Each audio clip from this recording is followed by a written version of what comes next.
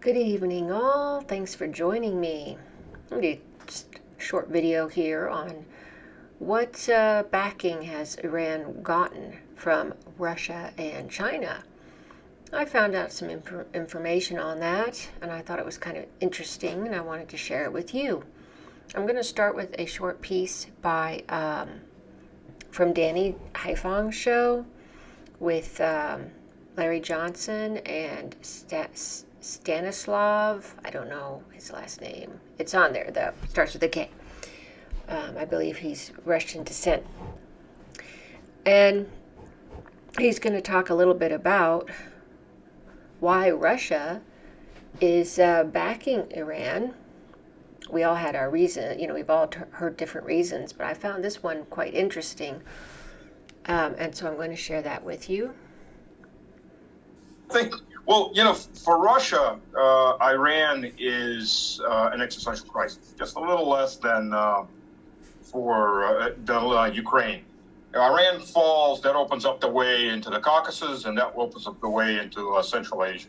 So Russia is backing Iran. And unlike Trump's prior attempt at behest of the Israelis or their command, hard to tell who's proxy to whom. I think it's the snake eating its own tail in this case, or two snakes eating each other's tail. The Iranian air defense systems have been upgraded. This is open source, so it's not any major secrets. S-300, S-400 units have been moved in.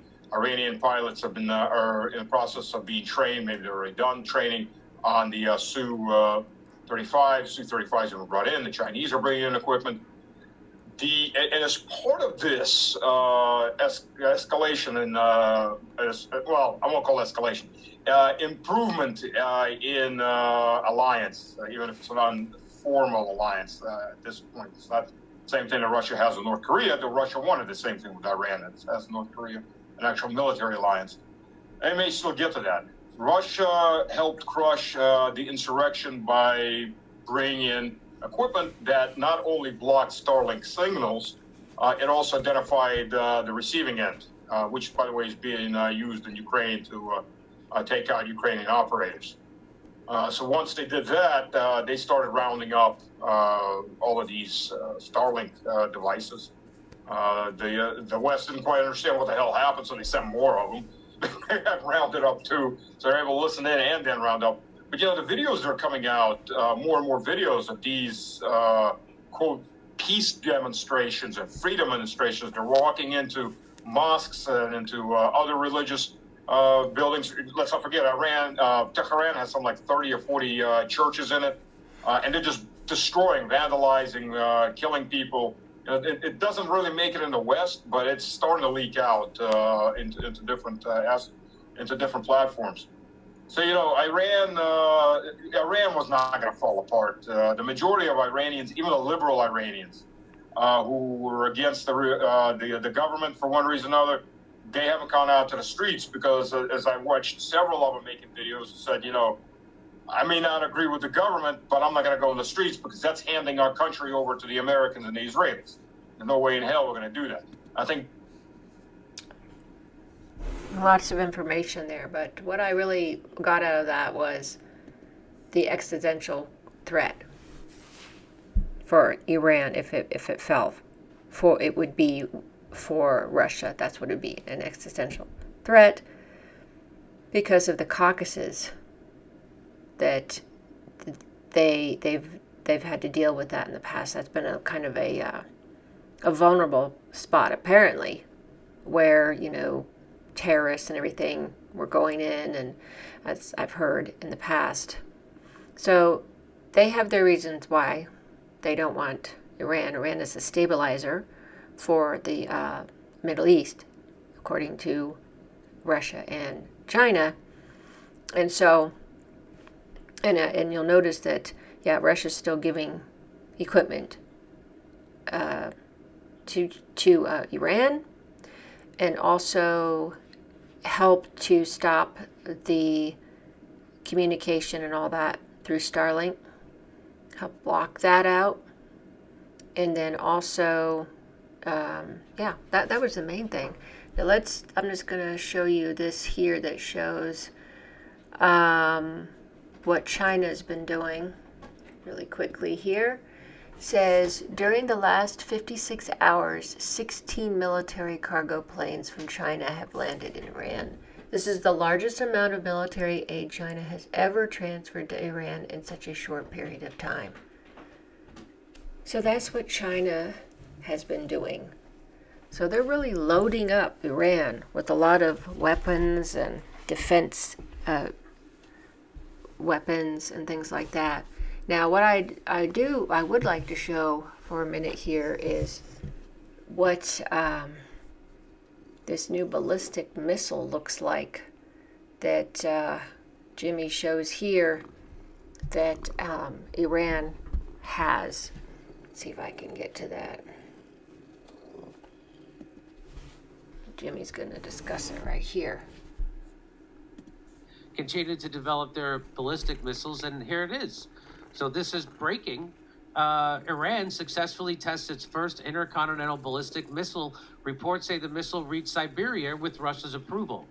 It's considered a major step forward in missile development. The world watches, and Trump's decision now hangs at the tip of this missile. And so there it is. It's a really pretty missile. It's really nice. But anyway, it's a pretty missile. I guess, yeah, those weapons, yeah, I remember I seen some interesting weapons, but for some reason it reminds me of a jellyfish. But in any case, like I said, Iran is getting a lot of weapons, and it still has a bunch of stockpile of missiles anyway. Before that, that they didn't use up in the 12-day war. So, yeah, it's and then as I said the other day, they had a ballistic missile that goes 10,000 kilometers and it can reach America. So they are much more prepared, obviously, very, very prepared. And they have both China and Russia backing them for sure. And, you know, it's going to be a different ball game when this part 2 happens. I'm a bit concerned about that because I think this is the time when the big war will happen in the Middle East that the prophecies talk about, and I can see how this is going to be. And also, as I said on the live stream the other day, the START treaty is expiring either next month or March, and it doesn't sound like anybody is going to renew it. So it just seems like, well, nukes can be used, all kinds of weapons. It's going to be pretty scary times. I wanted to share with you that kind of that little update on what I've learned about what's going on, more specifically with Iran, China, and Russia.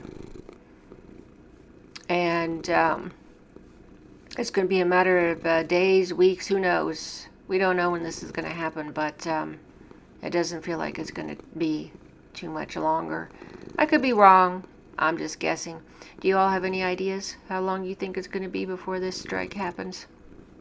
Because remember, all of that aircraft carriers coming over, and from the South China Sea, the American one, I think it was the USS Lincoln, I think, a subscriber had said, Imperial Eagle the other day on my live chat.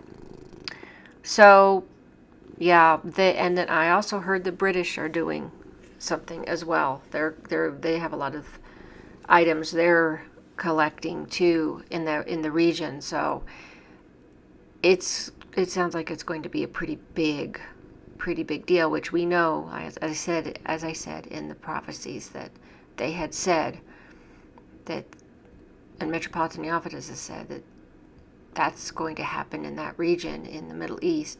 Is just going to blow up into a regional war, as you hear the analysts say. So share your thoughts on that. If you think this is going to be happening sooner rather than later, whatever you think on that, on these players involved. And if you'd like to support me and my channel, you could buy me a cup of coffee. I have a link in the description. There's the super thanks that you can find under my video. If you don't see it, it's under that little 3 dots that you can click on. I think it might be in that section as well, on that panel under my video. Subscribe to my channel if you haven't subscribed. Like my videos if you haven't liked them. Helps in the algorithms. And also, click that notification bell if you want to be notified when my videos come out. Thanks so much for all of your support, all of your wonderful, insightful comments, for your dedication to following my channel. I hope you have a blessed night.